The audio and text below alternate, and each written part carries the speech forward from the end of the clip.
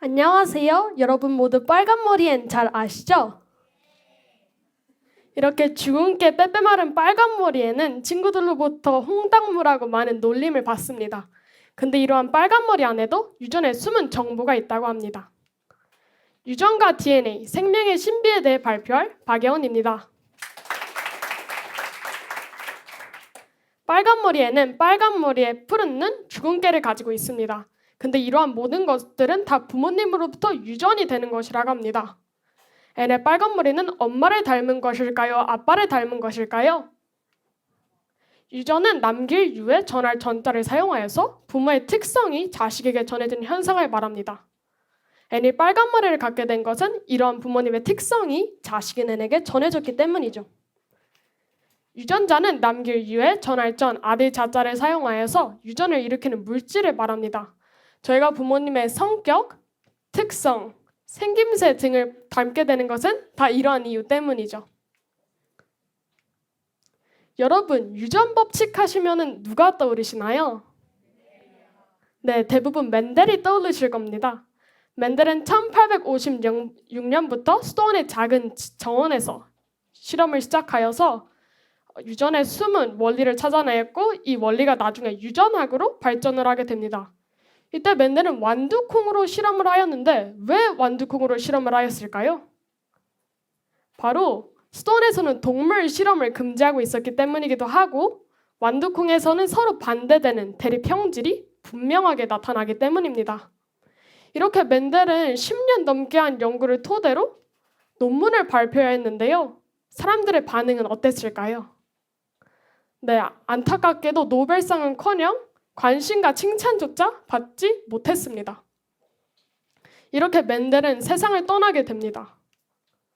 이렇게 멘델이 사망한 후 16년 뒤 휘우 더 프리스, 카를 코렌스, 체레마크 폰 자이제네크라는 3명의 생물학자들이 멘델이 한 것과 비슷한 연구를 하게 됩니다. 이때 멘델이 예전에 쓴 논문도 발견을 하게 되죠. 이렇게 멘델은 사망한 후에 명성을 찾게 됩니다. 멘델은 생물의 완두콩의 특성에 영향을 미치는 요인에 주목을 하였는데요. 이러한 요인은 나중에 유전자로 알려지게 됩니다. 그럼 유전자, 어디에 위치해 있을까요? 이것은 세포입니다. 이 세포의 가장 가운데에는 핵이 있습니다.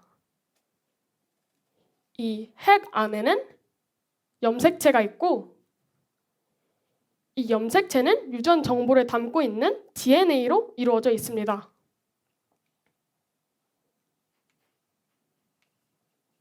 더 자세히 설명을 해보자면 저희 인체는 눈에 보이지 않는 아주 작은 세포들로 이루어져 있습니다.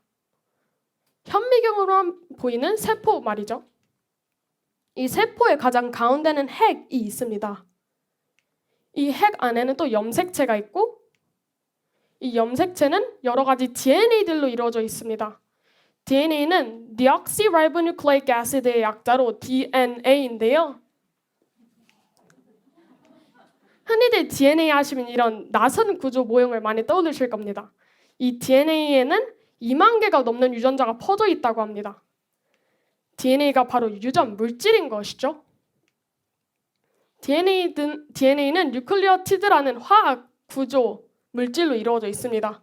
이 뉴클리오티드 안에는 당, 인산, 질소 염기가 있습니다. 이 뉴클리오티드는 이 DNA의 나선 구조 모형을 만들기 위해서 당과 인산을 교대로 이렇게 나선 모양을 만듭니다. 이때 뉴클리오티드의 질소 염계는 4가지 종류가 있는데 바로 아데닌, 구아닌, 티민, 시토신입니다. 여기 보이는 막대기 모양 보이시죠? 이것이 바로 질소 염기입니다. 이 질소 염계 순서 또는 서열에 따라서 저희 유전 정보가 결정이 되는 것입니다.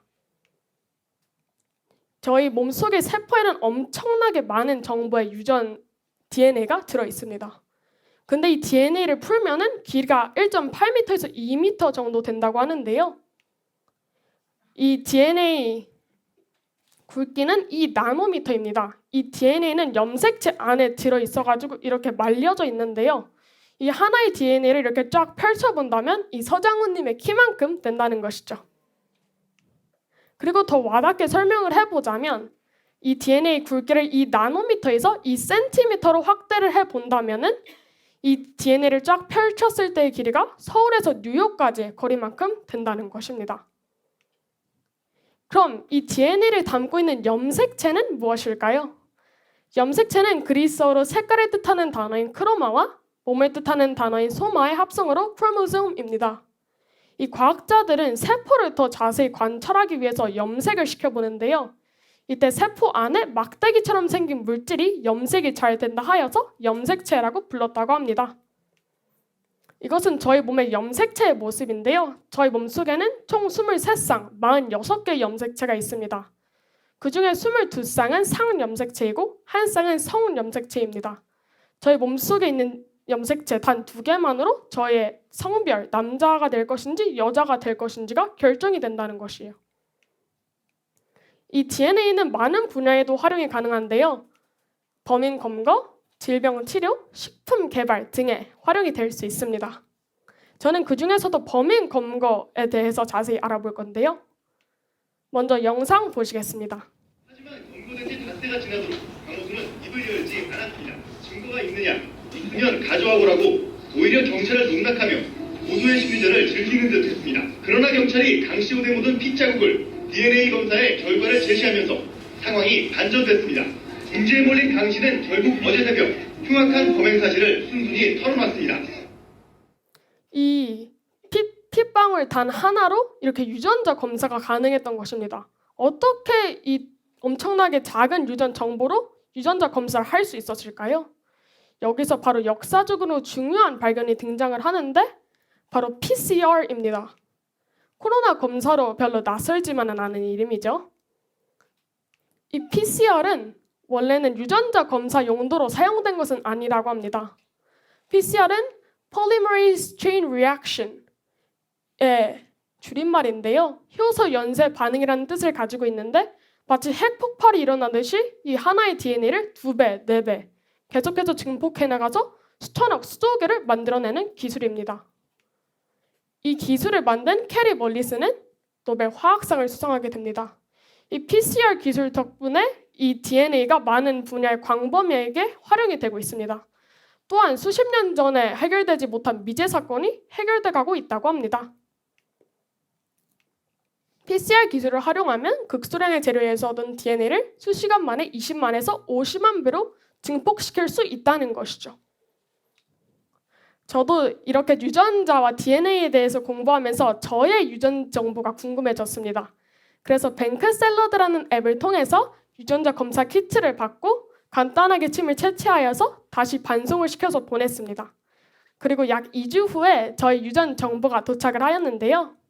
그 중에서 가장 좋은 유전 정보는 심폐지구력이 뛰어나고 마그네슘 농도와 비타민 B12 농도를 유지하는 능력이 높다고 합니다. 그리고 그에 비해서 안 좋은 유전자는 단맛을 잘 못 느낀다는 것이고 두부 근육을 발달시키는 게 떨어진다고 합니다. 그리고 비타민 D 농도를 유지하기 어렵다고 합니다. 이렇게 저는 유전자 검사를 통해서 저에게 안 좋은 유전자를 알게 되었고 최근에는 꾸준히 루테인 약과 비타민 D를 복용을 하고 있습니다. 그리고 저에 대한 거의 모든 유전 정보를 알아볼 수 있었는데요. 그 중에서 가장 안심이 되었던 것은 남성형 탈모, 원형 탈모 가능성이 매우 낮다는 것이었습니다. 이렇게 저는 저에 대한 거의 모든 유전 정보를 받았는데요. 그 중에서 제가 저에게 안 좋은 유전자와 좋은 유전자를 알게 되었고 그리고 이것을 예방할 수 있었습니다. 저는 이번 자기 주제를 과학으로 하면서 저에게 과학은 흥미도 없었고 관심도 없었던 주제였기에 저에게 큰 숙제처럼 느껴졌습니다. 근데 이렇게 영상과 책을 통해서 공부를 하면서 점점 흥미를 느끼게 되었고 전 세계에 같은 DNA를 가지고 있는 사람이 단 한 명도 없다는 사실에 신비롭게 느껴지기도 했습니다. 저는 이렇게 과학을 자기 주제로 하면서 하나님의 섭리를 더 많이 느낄 수 있었던 것 같았고요. 과학이라는 과목에 한 발짝 더 다가갈 수 있었던 발판이 되었던 것 같습니다. 감사합니다.